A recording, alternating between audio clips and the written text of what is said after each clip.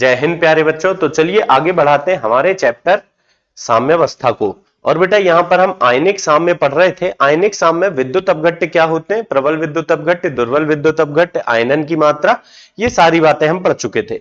आज के इस लेक्चर में मैं इस चैप्टर का सबसे इंपॉर्टेंट क्वेश्चन खास करके बोर्ड परीक्षा के लिए जो आने वाला है बेटा उसे कवर करा रहा हूं। बोर्ड परीक्षा में बहुत ज्यादा चांसेस होते हैं कि आपसे पूछा जाए कि दुर्बल विद्युत अपघट्य के लिए ओस्टवाल्ड का तनुता का नियम समझाइए।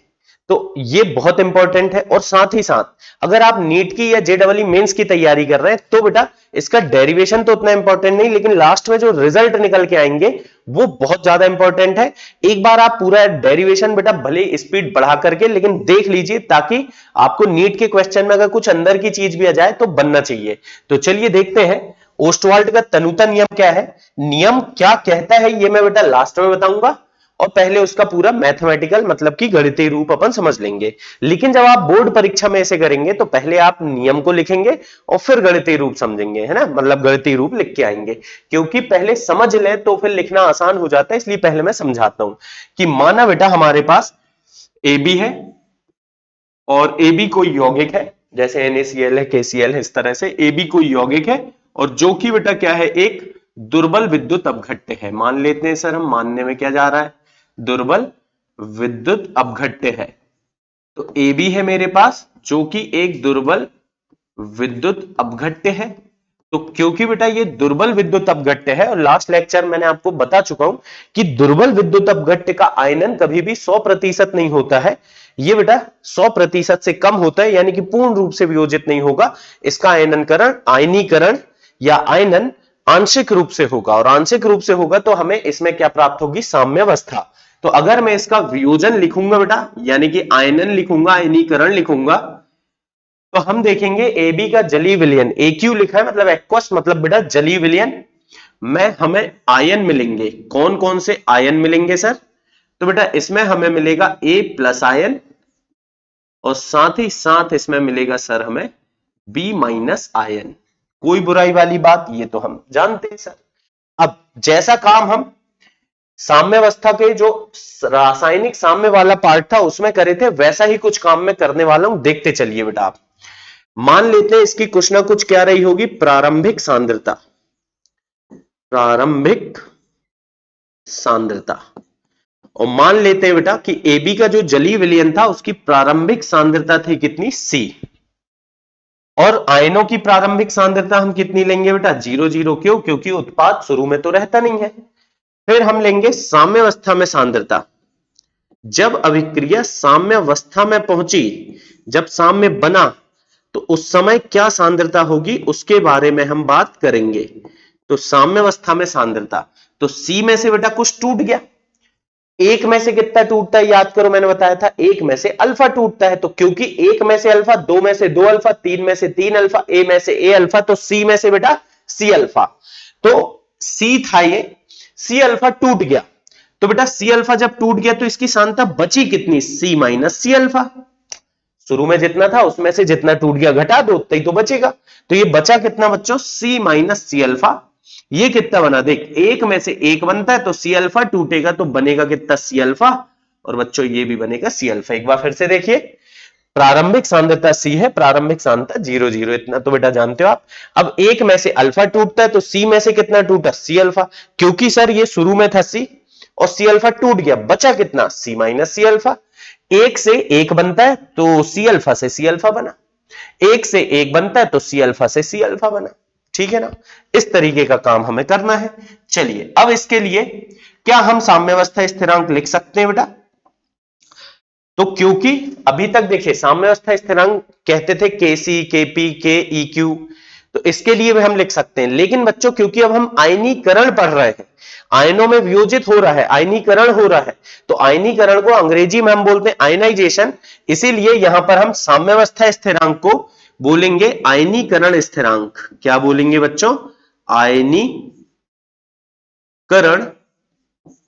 स्थिरांक।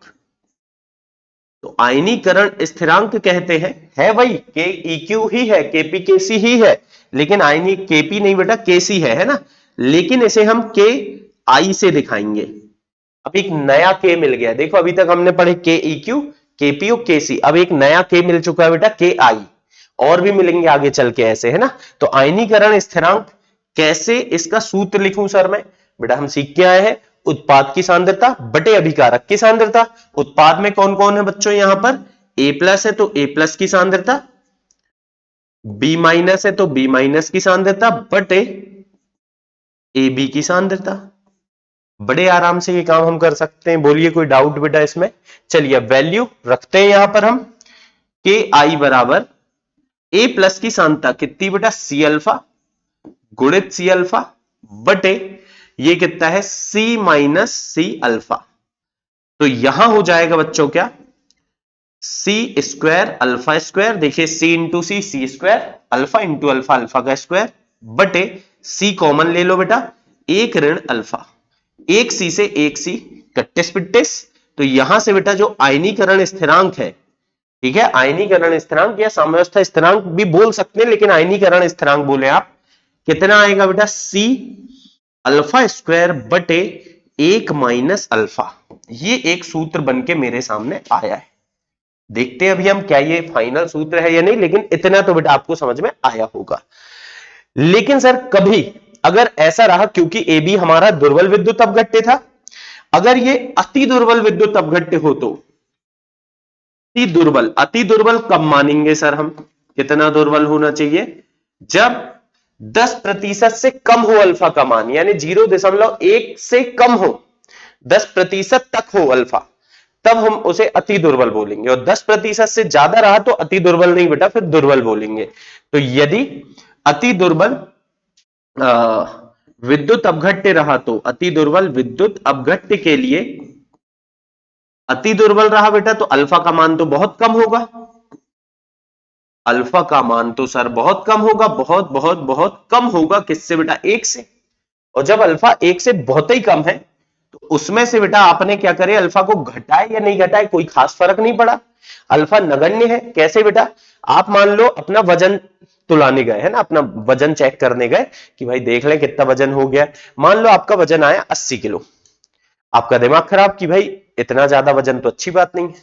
आप क्या करें, आप बेटा शाम को फिर गए और अपने बाल कटाए आपने, मान लो आपने क्या अपने सिर के बेटा बाल कटा दिए, और बाल जब कटा के आप गए और फिर वजन तौले, तो वजन तौले तो आप देखोगे कि वजन 80 किलो ही आएगा। क्यों, क्योंकि बालों का वजन आपके शरीर के वजन की तुलना में नगण्य है, उसको शरीर के वजन में जोड़े ना जोड़े कोई खास फर्क नहीं पड़ रहा, यानी हम बोल सकते हैं बालों का वजन ने तो नगण्य था। तो उसी तरह से बेटा अल्फा इतना छोटा कि घटाओगे तो कोई खास फर्क नहीं पड़ेगा, और लगभग वैल्यू एक माइनस अल्फा की लगभग जो वैल्यू आएगी बच्चों वो एक ही रहेगी। और जब एक माइनस अल्फा लगभग एक रहेगा तो इससे मेरे बच्चे कह सकते हैं कि सर के आई बराबर क्या होगा, सी अल्फा स्क्वायर। क्यों, 1 माइनस अल्फा को तो हमने एक रख दिया। तो यहां से बेटा और आगे बढ़ते हैं हम, अल्फा स्क्वायर का मान अगर निकालू मैं तो क्या आएगा, के आई बटे सी। और क्या करें सर, तो अल्फा बराबर अगर निकालू मैं तो वर्ग हटा रहे हैं स्क्वायर हटा रहे हैं बेटा, तो करनी लग जाएगी, करनी के अंदर के आई बटे सी। ये आया कुछ बेटा अच्छा सा, ये आ गया हमारे पास, ठीक है। अब इससे हमें पहुंचना है ओस्टवाल्ड के तनुता के नियम का, और बेटा यही है ओस्टवाल्ड का तनुता का नियम। चलिए देखते हैं इसको थोड़ा और अच्छे से लिखते हैं अपन। अगर सोच के देखो बेटा कि ये तो है स्थिरांक, अगर स्थिरांक को मैं हटा दूं तो क्या होगा, सर हटा दें तो बराबर का जो चिन्ह है ये समानुपाती में बदल जाएगा, तो अल्फा हो जाएगा समानुपाती 1 बटे करनी सी। देखिए यहां से मैंने क्या किया बच्चों, के आई को मैंने हटा दिया, तो अगर मैं स्थिरांक को हटाता हूं तो क्या बचा, वहां पर सर स्थिरांक हटा तो बराबर की जगह समानुपाती का चिन्ह लगाए हमने, और जब ये अनुपाती का चिन्ह लगाए बेटा तो यहां पर बचा कितना, अल्फा व्युत्क्रमानुपाती होगा करनी सी के, या अल्फा समानुपाती होगा 1 बटे करनी सी के, ठीक है। तो यहां से बच्चों हमें कुछ अच्छा रिजल्ट मिला। अच्छा, सी मतलब क्या है बेटा, सांद्रता, सी मतलब क्या है, हमने प्रारंभिक सांद्रता को ही सी माना है।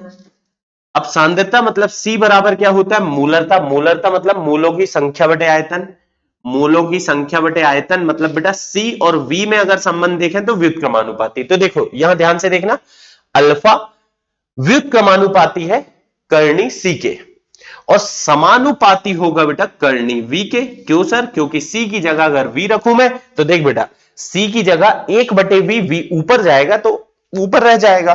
तो यही है बच्चों क्या, ओस्टवाल्ट का तनुता का नियम। क्या कह रहा है ये नियम? चलिए इसका स्टेटमेंट लिख लेते, फिर हम एक बार और समझेंगे क्या कह रहा है ये नियम। किसी दुर्बल विद्युत अपघट्य, दुर्बल विद्युत अपघट्य, विद्युत अपघट्य के वियोजन की कोटि, वियोजन की कोटि, या बेटा वियोजन की मात्रा भी आप लिख सकते हो, वियोजन की मात्रा है ना अल्फा, किसके बेटा? कर्णी सी के व्युत्क्रमानुपाती होती है। कर्णी सी मतलब कि सांद्रता है ना, उसके प्रारंभिक सांद्रण, उसकी प्रारंभिक सांद्रण लिख लो या सांद्रता लिख लो, एक ही बात है बेटा। उसकी प्रारंभिक सांद्रता के वर्गमूल के व्युत्क्रमानुपाती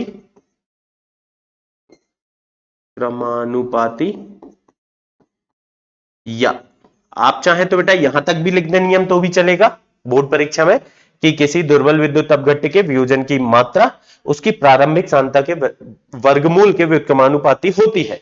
लेकिन ऐसा भी हम लिख सकते हैं बेटा कि या आयतन के वर्गमूल के, आयतन देखिए v है, v के वर्गमूल के समानुपाती है ना, आयतन के वर्गमूल के समानुपाती होती है, समानुपाती होती है। तो इस तरह से बेटा आप लोग बड़े आराम से बता सकते हैं। यह है ओस्टवाल्ट का तनुता का नियम। नियम समझ में आ गया सर? एक बार फिर से देखो, किसी दुर्बल विद्युत अपघट्य के जलीय विलयन के वियोजन की मात्रा या वियोजन की कोटि उसकी प्रारंभिक सांद्रता के वर्गमूल के व्युत्क्रमानुपाती या उसके आयतन के वर्गमूल के समानुपाती होती है। तो बेटा ये लिखने पढ़ने को तो ठीक है, लेकिन इससे शिक्षा क्या प्राप्त हो रही, क्या देख कैसे सकते इसको हम? ध्यान से सुनो बेटा। पहली बात तो सांद्रता, मतलब आप समझ जाओ गाढ़ापन की कितनी मात्रा है विलेय की, या बेटा उस पदार्थ की कितनी मात्रा है जल में हमने घोली है, वही उसकी सांद्रता होगी। तो सामान्य भाषा में हम सांद्रता का मतलब समझे गाढ़ापन। देखिए अगर कोई विलयन बहुत ज्यादा गाढ़ा है मतलब उसकी सांद्रता देखें, तो अगर गाढ़ापन ज्यादा है तो आयनों में ज्यादा टूटेगा या कम टूटेगा। और फिर उसमें मैं पानी मिलाऊं, पानी मिलाना मतलब सर पानी मिलाने का मतलब हो गया क्या, उसको तनु करना। तनु करना मतलब आयतन बढ़ाना, ठीक है? आयतन बढ़ाना, आयतन बढ़ेगा तो क्या होगा बेटा? आयतन बढ़ेगा तो आयन जो टूटेंगे उन्हें घूमने के लिए जगह ज्यादा मिलेगी, और ज्यादा जगह मिलेगी तो वो आसानी से दूर दूर भागेंगे, आयनों का वियोजन बढ़ता चला जाएगा, ज्यादा से ज्यादा आयन में यौगिक टूटेगा। जैसे बच्चों इसको ऐसे समझो, आपके घर में बनी उबले आलू की एक सूखी सब्जी और पुड़ी बेटा, बढ़िया आपने सोचे कि चलिए आज उबले आलू की सूखी सब्जी और पुड़ी खाएंगे भैया हम तो, लेकिन अचानक आपके घर में 3 मेहमान आ गए। कोई आइडिया नहीं था बेटा कि मेहमान आने वाले हैं, लेकिन अचानक आ गए आपके घर में। अब हमारी मम्मी बहुत स्मार्ट है, कौन फिर से खाना बनाए? मम्मी ने क्या किया बेटा, 3 मेहमान आए तो 3 गिलास पानी डाल दिया और चुटकी भर नमक डाल दिया। तो क्या हुआ बेटा, जब तक सब्जी पहले गाढ़ी थी, सूखी सब्जी थी, तो आलू बराबर घूम नहीं पा रहा था, आलू एक जगह चुपचाप रखा था, मतलब कि ज्यादा टूट नहीं पा रहा था इधर उधर। लेकिन जैसे ही बेटा पानी डाला गया उसमें, तो आप देखोगे आलू बढ़िया तैरेगा बेटा। तैरेगा तो क्या होगा, आलू बढ़िया अपने छोटे छोटे टुकड़ों में टूट जाएगा। तो बिल्कुल बेटा यही सीन होता है कि जब आपके पास विद्युत अपघट्य का जलीय विलयन है, जब तक वो गाढ़ा है, गाढ़ा है मतलब सर सांद्रता अधिक है, तो सांद्रता अधिक है तो उसके वियोजन की मात्रा कम होगी। क्यों होगी? उसके आयनन की मात्रा कम होगी, मतलब वो कम से कम आयनों में टूटेगा। क्यों टूटेगा सर? क्योंकि बेटा गाढ़ा है तो आयनों को दूर भागने के लिए जगह नहीं मिल पा रही। लेकिन जैसे ही आपने पानी डाले यानी आयतन बढ़ाए यानी तनुकरण करे, विलयन को तनु किया आपने, पतला किया, तो ज्यादा आयनों में अब वो टूटेगा यानी कि वियोजन की मात्रा बढ़ती चली जाएगी। तो कुल मिला के बेटा इस कहानी से हमें जो सार मिलता है वो क्या है, उसे भी हम यहां पर एक पॉइंट बना के लिख लेंगे। हमें यह सार मिलता है कि किसी दुर्बल विद्युत अपघट्य, दुर्बल विद्युत अपघट्य के जलीय विलयन, जलीय विलयन का तनुकरण करने पर, तनुकरण करने पर क्या होगा बेटा, आयनन की मात्रा या आयनन की कोटि बढ़ती है। आयनन की मात्रा बढ़ती है मतलब कि अधिक आयनों में यौगिक टूटने लगता है, मात्रा बढ़ती है। तो इस तरह से बेटा हमने समझा कि ओस्टवाल्ड का तनुता का नियम क्या कह रहा है कि जितना ज्यादा पानी डालोगे आप, जितना ज्यादा तनु करोगे, पतला करोगे, पानी डालोगे, उतना ज्यादा यौगिक का आयनन होगा यानी कि वो उतने ज्यादा अपने आयनों में टूटेगा। और अगर गाढ़ा विलयन रखोगे तो आयनन कम होगा मतलब कि कम मात्रा में वह अपने आयनों में टूटेगा। आई होप बेटा आपको ये पूरी कहानी समझ में आई होगी और यही है ओस्टवाल्ड का तनुता का नियम, जो बोर्ड परीक्षा के साथ साथ नीट, जेई सारी परीक्षाओं के लिए बहुत इंपॉर्टेंट है। अभी देखो बेटा, इसको हमने पढ़े दुर्बल विद्युत अपघट्य के लिए, सेम कहानी हम पढ़ेंगे दुर्बल अम्ल के लिए और दुर्बल क्षार के लिए, जो कि हम आगे कवर करेंगे। ठीक है, तो इसे आप बढ़िया से नोट कर लीजिए, एक दो बार लिख लिख के थोड़ी सी मैथ्स की प्रैक्टिस कर लीजिए ताकि एग्जाम में आता है तो पूरे 4 नंबर आपको ये देके जा सके। ठीक है बेटा, फिर मिलेंगे हम नेक्स्ट लेक्चर में, तब तक के लिए bye bye, have a good day.